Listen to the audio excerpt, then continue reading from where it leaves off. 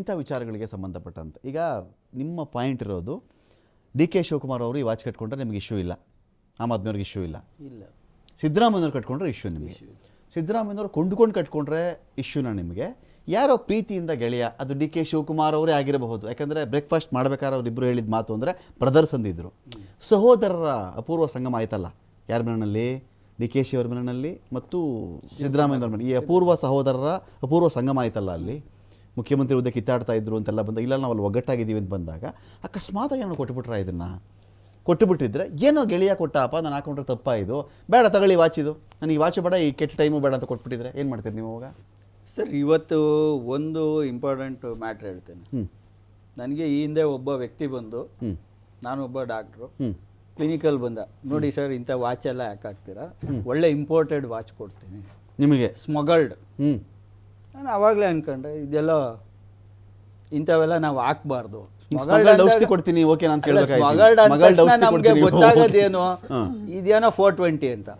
ಈಗ ನಮ್ಮಂತ ಕಾಮನ್ ಮ್ಯಾನ್ಗಳೇ ಯಾರೋ ಒಂದು ವಸ್ತು ಕೊಡ್ತೀವಿ ಅಂದ್ರೆ ಯೋಚನೆ ಮಾಡ್ತೀವಿ, ಅದು ತಗೋಬೇಕಾ ಬೇಡವಾ ಅಂತ.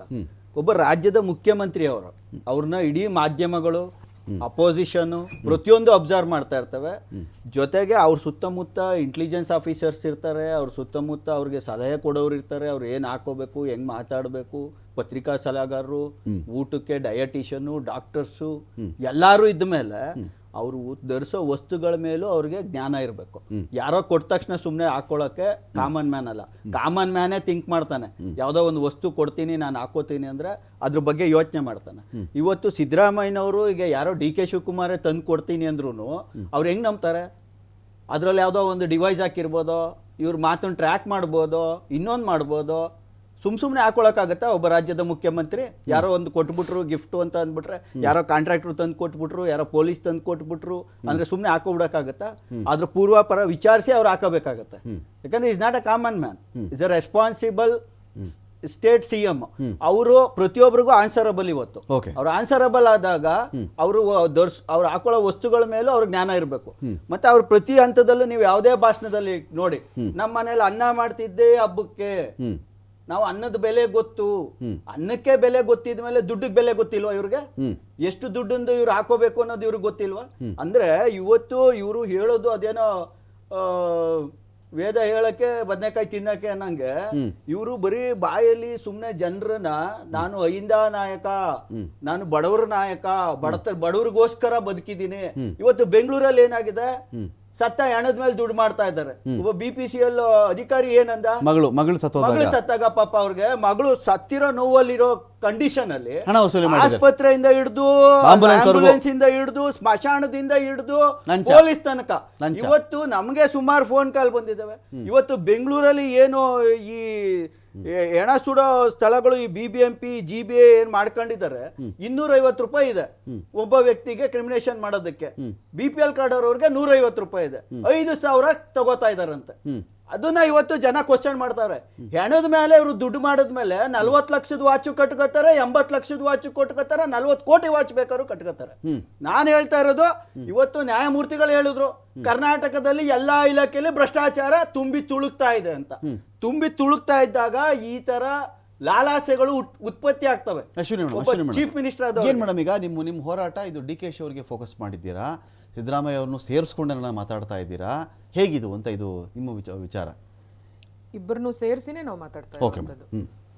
ಯಾಕೆ ಅಂತಂದರೆ, ಅಹಿಂದ, ನಾನೊಬ್ಬ ಸಮಾಜವಾದಿ, ನಾನೊಬ್ಬ ಅತ್ಯಂತ ಕಡು ಬಡತನದಿಂದ ಬಂದಿರೋವಂಥವನು ಅಂತ ಹೇಳ್ಕೊಂಡು ಒಂದು ಮುಖವಾಡ ಹಾಕ್ಕೊಂಡು ಜನರ ಮುಂದೆ ಬದುಕ್ತಾ ಇರೋವಂಥವ್ರು ಸಿದ್ದರಾಮಯ್ಯನವರು.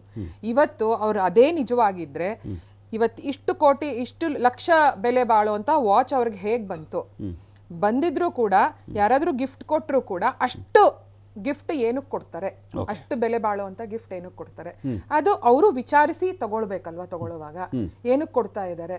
ಈಗ ಆಲ್ರೆಡಿ ಒಂದ್ಸತಿ ಅವರು ಇದನ್ನ ಎದುರಿಸಿದ್ದಾರೆ ಹುಬ್ಳೋ ಇದ್ರಲ್ಲಿ. ಈಗ ಆಲ್ರೆಡಿ ಅದು ಕ್ಯಾಬಿನೆಟ್ ಇದು ಸೇರಿದೆ. ಅದು ಆದ್ರೂ ಕೂಡ ಈಗ ಮತ್ತೆ ಬುದ್ಧಿ ಕಲಿದಂಗೆ ಯಾರೋ ಕೊಟ್ಟರು ಇನ್ನೊಂದು ಮತ್ತೊಂದು.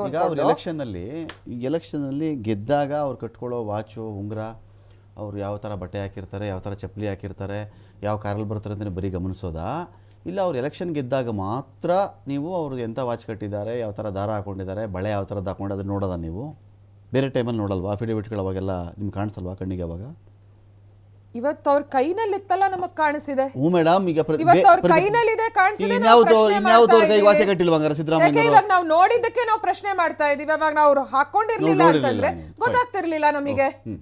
ನಮ್ಮ ಹತ್ರ ಎವಿಡೆನ್ಸ್ ಸಿಕ್ಕದೆ ಕಟ್ಟಿದ್ದಾರೆ. ಹಾಗಾಗಿ ಇವಾಗ್ಲೂ ಅಷ್ಟೇ ಅವ್ರು ಕಟ್ಟಿರೋದಕ್ಕೆ ನಮ್ದು ಅಪೋಸಿಷನ್ ಇಲ್ವೇ ಇಲ್ಲ. ನಾವು ಕೇಳ್ತಿರೋದು ಅಕೌಂಟಬಿಲಿಟಿ, ಸೋರ್ಸ್ ಹೇಗೆ, ಅಷ್ಟೇ ಅಷ್ಟೇ. ಎಲ್ಲಿಂದ ಬಂತು, ನಿಮ್ದೇನಾ, ನೀವು ಕೊಂಡ್ಕೊಂಡ್ರಾ ಇಲ್ವಾ ಅಂತ ಹೇಳಿ ಅದು ಹೇಳ್ಬೇಕಲ್ಲ. ತೆರಿಗೆ ಕಟ್ಟಿದೀರಾ, ರಾಜ್ಯದಲ್ಲಿ ಈಗ